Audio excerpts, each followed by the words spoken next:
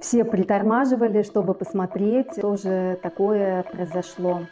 Всем привет! Сегодня 6 августа, и я решила записать очередные новости, которые показались мне важными и интересными на этой неделе. У нас в Словении и в частности в Любляне сейчас просто аномальная жара, плюс 40 градусов на улице. Мы стараемся вообще на улицу не выходить, но несмотря на такое жаркое лето, мы каким-то образом заболели. Сейчас у меня младший ребенок с высокой температурой, болит ухо у него, воспалилось ухо, болит горло, у меня тоже насморк. Хорошо, что старший ребенок сейчас на отдыхе в лагере в Хорватии. Итак, начнем обсуждать с вами новости. Первая новость, которая мне показалась интересной и важной, это то, что Конституционный суд Словении постановил правомерность однополых браков. И на этой неделе две однополые пары вступили в брак. Я присоединяюсь к поздравлениям, очень рада за этих людей. Считаю, что это очень важное решение для Словении. Сейчас готовят поправки в Семейный кодекс. Помимо этого, Конституционный суд постановил, что однополые пары могут усыновлять детей. И это, конечно, очень важный шаг для людей с нетрадиционной сексуальной ориентацией, скажем так. Кстати, мой поход на гей-парад вы можете посмотреть вот по этой ссылке, вот здесь она будет появляться. Следующая интересная новость. Президент Словении Борут Пахор заболел. В июле он был где-то на прогулке на свежем воздухе, и его укусил клещ. О том, как много клещей в Словении, я рассказывала в своем видео «Минусы жизни в Словении». В Словении просто невозможно быть неукушенным. Как бы вы ни старались, вас везде может укусить клещ. Это может быть городской парк, это может быть ваш отдых на природе, это может быть прогулка по лесу. Здесь повсюду клещи, и от них невозможно скрыться. Словенцы к этому спокойно относятся, находят на себе клеща, спокойно его убирают и живут дальше, не боясь. Вот так же и поступил президент Словении, видимо, просто снял с себя клеща и продолжил спокойную жизнь. Но через какое-то время появилось красное пятно у него на ноге, в месте, где его укусил клещ, и это пятно стало разрастаться и стало просто огромным. И он пошел в поликлинику к своему врачу. Обратите внимание, что президент пошел в обычную поликлинику к своему обычному терапевту на прием. И терапевт выдал заключение, что президент заболел боррелиозом. Про эту болезнь я также рассказывала в видео о минусах жизни в Словении, что от этой болезни нет прививки, и последствия могут быть ужасными, но хорошо, что хотя бы она лечится и есть антибиотики. И вот сейчас президент принимает антибиотик, и надеемся, что он очень быстро поправится и без каких-либо последствий для своего здоровья. Вы знаете, я была удивлена, когда я зашла в Facebook и почитала комментарии под этой новостью в Фейсбуке. Конечно же, я почитала славянские комментарии под этой новостью. И я была удивлена, как много хейта от словенцев в сторону своего президента. Они не стеснялись в выражениях, они его обзывали всячески. И Словения в скором, в недалеком будущем будет переизбирать президента. И словенцы там писали, что поскорее бы уже прошли выборы, и наконец-то мы тебя сменим на кого-нибудь другого. А, С одной стороны, я удивилась, а с другой стороны, еще раз убедилась, что люди, они везде люди. То есть люди приходят в интернет и зачастую просто выпустить пар и написать что-то негативное. Конечно же, в России сейчас никто не смеет ничего написать против Путина, против его политики, но потому что там просто это нельзя сделать, тебя сразу посадят в тюрьму. А здесь свобода слова, демократия, и люди позволяют писать себе все, что только в голову им пришло. Также я подписана на президента Словении в Инстаграме и заходила почитать, и там тоже комментарии. Но там комментарии были в основном позитивными. Там желали ему здоровья, видимо, в Инстаграме на него специально подписываются люди, которым он нравится. Вот такое мое наблюдение. Еще одна интересная новость – это то, что премьер-министр Великобритании сейчас находится со своей молодой женой Кэрри в Словении. И, как пишут СМИ, он проводит свой запоздалый медовый месяц. Наверняка вы знаете, что в скором будущем Борис Джонсон снимет с себя полномочия из-за недавнего скандала и больше уже не будет премьер-министром Англии. Но так как сейчас еще не выбрали человека на его место, он сохраняет свою должность. И сколько он еще будет премьер-министром, непонятно. Может быть, буквально несколько недель, может быть, несколько месяцев. Но, видимо, так как он уже знает, что в скором будущем он уйдет с этой позиции, он решил взять отпуск, видимо, долгожданный отпуск, и провести его со своей женой, без детей, вдвоем, в очень красивом месте. Это место называется Езерска. Там очень красиво, местные люди видели, как он катается со своей женой на велосипедах. Пожелаем ему приятного отдыха.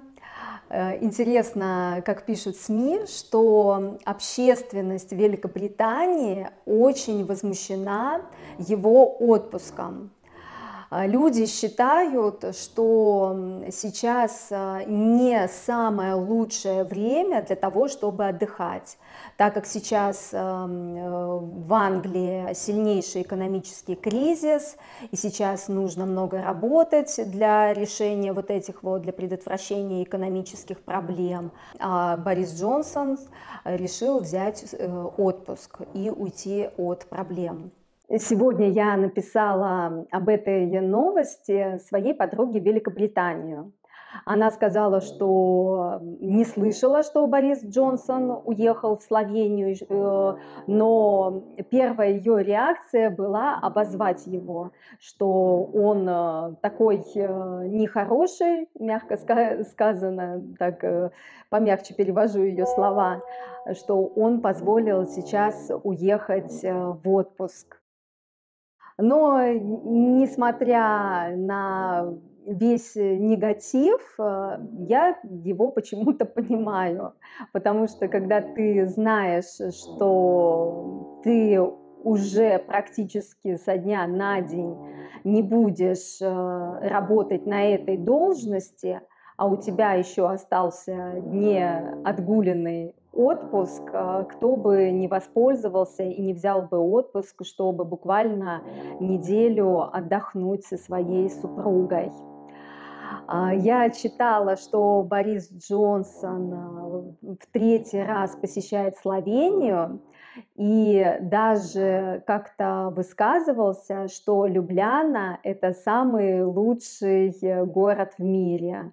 Мне было очень приятно это прочитать. Поездка его неофициальная, и встреч с какими-либо политиками в Словении не будет. Это просто его отпуск, чтобы провести время со своей женой. Перейдем к следующей новости. В Словении есть такой государственный административный орган, который называется ИНОТА.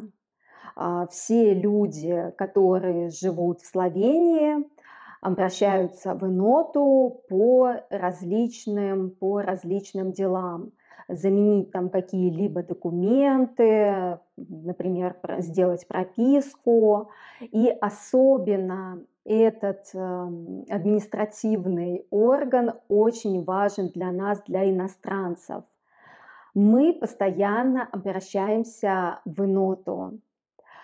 Нам нужны продления, нам нужны регистрации, нам нужно получить постоянное место жительства. Мы постоянно отдаем свои документы, собираем пакет документов, заполняем различные заявления, идем в ИНОТу, записываемся в ИНОТу, идем в ИНОТу, подаем свои пакеты документов и потом находимся в очень томительном и долгом ожидании решения своего вопроса.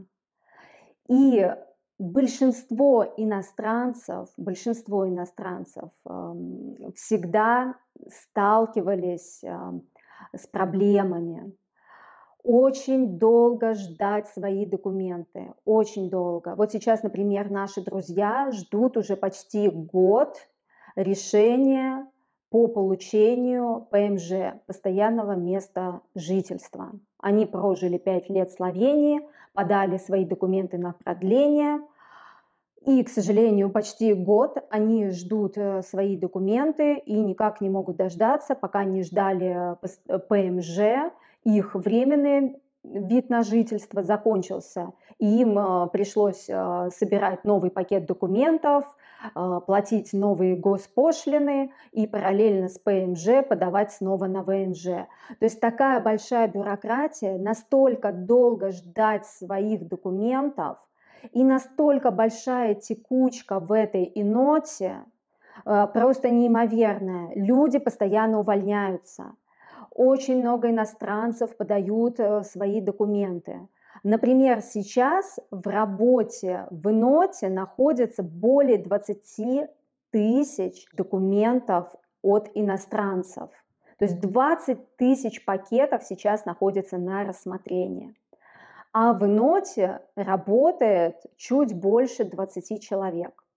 И, конечно же, для них это тоже огромный стресс, очень много дел, очень много вопросов, которые они не могут решить, и они просто увольняются. Короче, очень-очень много проблем, связанных с работой ИНОТы. И вот сейчас министерство решило уволить начальника Люблянской ИНОТы. Зовут его Боян Бабич. Он снимает с себя свои полномочия 31 августа. Но, как заявляет министерство, на увольнение директора реорганизация ИНОТы не закончится. В министерстве поняли, что Люблянская ИНОТа требует большой реорганизации. Во-первых, они планируют увеличить штат сотрудников, а также перевести заявления для иностранцев на разные языки.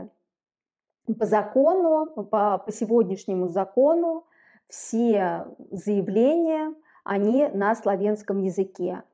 Но иностранцы, которые, например, первично получают свои виды на жительство, они еще не знают славянского языка, они еще не выучили, они еще не адаптировались, и сотрудники ИНОТы по закону могут общаться с иностранцами только на славянском языке, и это тоже усложняет их работу, их взаимодействие, их коммуникацию с людьми.